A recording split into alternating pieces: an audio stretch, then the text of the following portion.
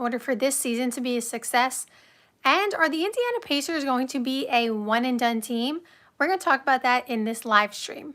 So first, let's talk about the Knicks. They hired Mike Brown, and of course the expectations, especially after making the Eastern Conference Finals this past season, and they were one game away from the NBA Finals. So now, of course, everybody says it's finals or bust, right? Or maybe even championship and bust, or bust rather. Like that is kind of the expectations that are on the Knicks from a lot of people this season. So I think Mike Brown, we know he's a good coach. He, has had success in a bunch of places that he's been. To me, I think the biggest thing about Mike Brown is that he has coached with a lot of, superstars and stuff like that. Obviously, we know LeBron, when LeBron was in Cleveland the first time. And then obviously he won the championships with the Warriors during their dynasty, when KD was there and stuff like that. So he coached, obviously he was the assistant coach with the Warriors, but he coached KD and Steph Curry and LeBron. So like that right there, not even talking about all the other, stars and obviously De'Aaron Fox most recently, right? So he has coached a lot of like top tier talent. So why I feel like that's important, just talk about Mike Brown and his coaching, adjustments and stuff like that for a second, is that when you coach those level of players, not only is winning always like I don't even want to say the option, but like the goal, because like you can go certain places, with certain teams and stuff like that who may be rebuilding, and there's only one LeBron, right? There's only one Steph Curry. So to have the opportunity to coach those type of players, I feel like is something that is going to really help him when, obviously now he's the coach of the Knicks, but when the season starts. Because there are things that he learned from those players that you can't just learn from anybody, if that makes sense. Like every player has their own experiences, and that's not to say that other players, don't have things that they can teach him and other coaches. I'm just saying, like, when you're talking about two players who are in the top 5 in NBA history, in my opinion, you got to coach with both of them. That is something I feel like is invaluable. So just like that kind of experience, besides, the X's and O's and all the other things he's going to do, I feel like that is something that maybe people aren't really talking about.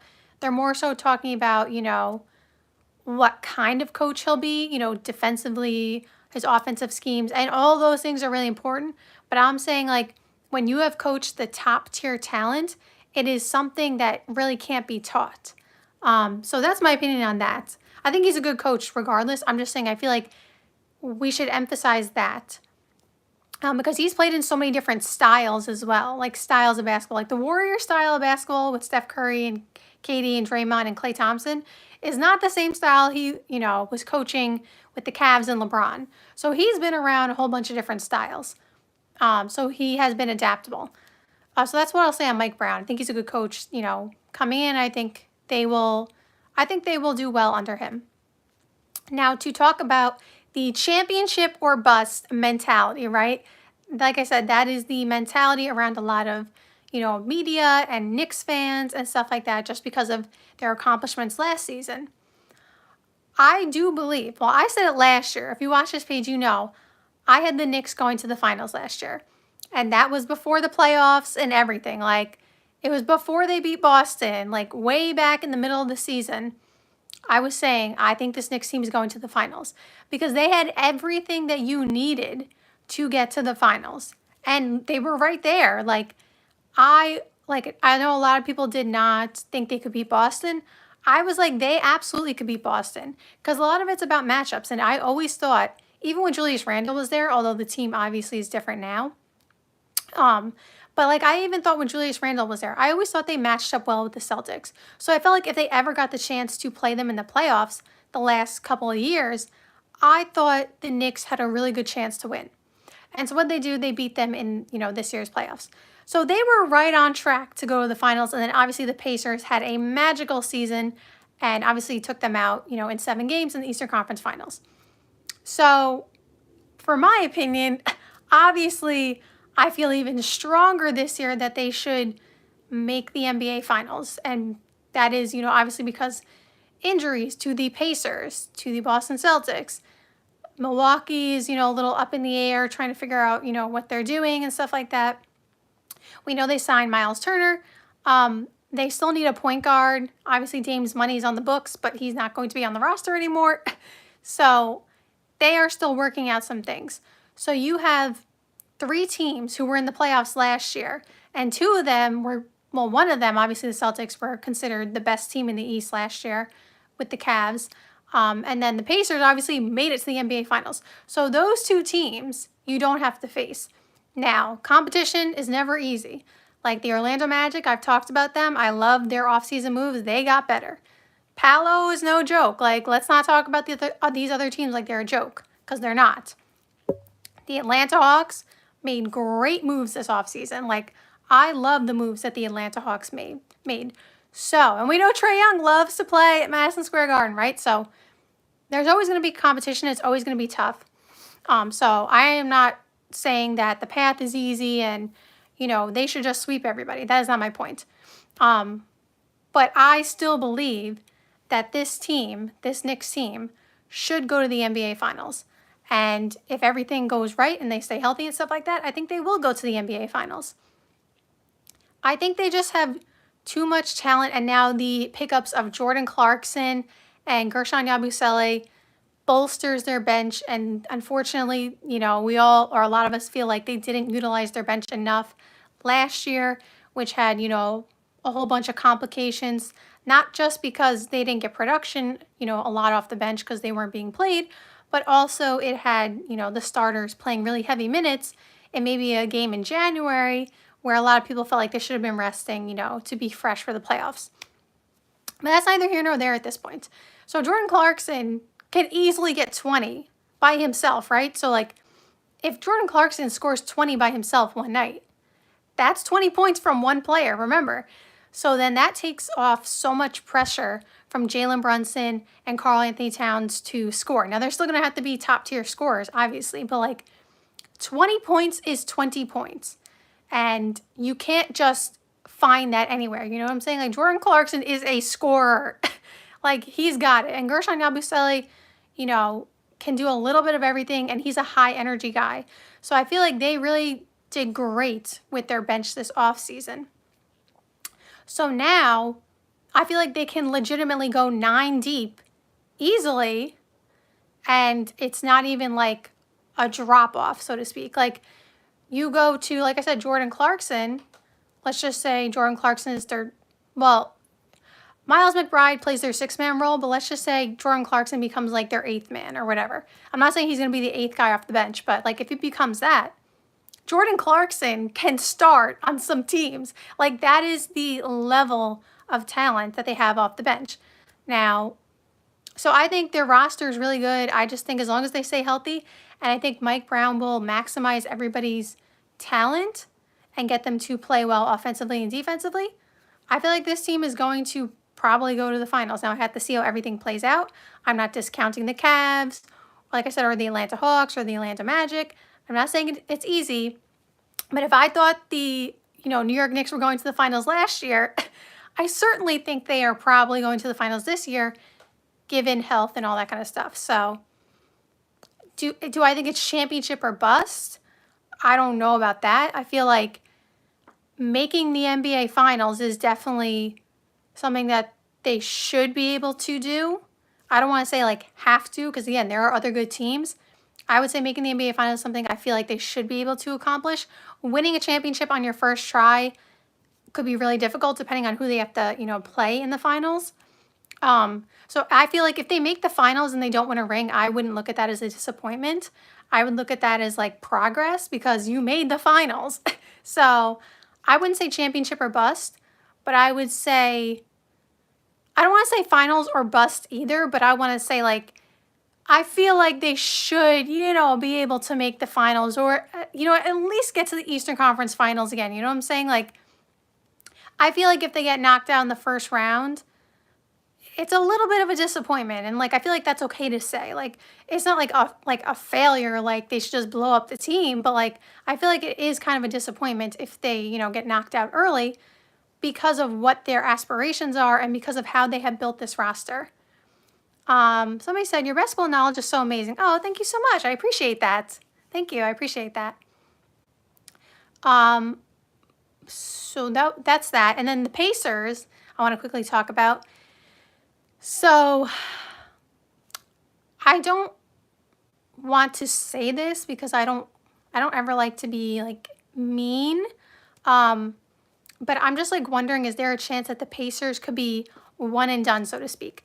And the way that I mean that is like, do you remember the Memphis Grizzlies were looked at as the next team up in like 2022 when, John Morant was coming into his own, you got Jaren Jackson Jr. coming into his own, and they still had Steven Adams and Brandon Clark. It's so unfortunate, all the injuries that Brandon Clark has had, because like I've talked about it before, Brandon Clark was such an important player for that team.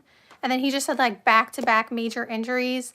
And it's just been really unfortunate that he hasn't been able to be healthy, because he was a game changer for them. Like, he was honestly a game. Like, if you did not watch Memphis Grizzlies games and you didn't see, Brandon Clark play, you should go back and watch. Like, he was a game changer for them, like, on the offensive glass, like, getting the timely rebounds. Like, he was so important to that team.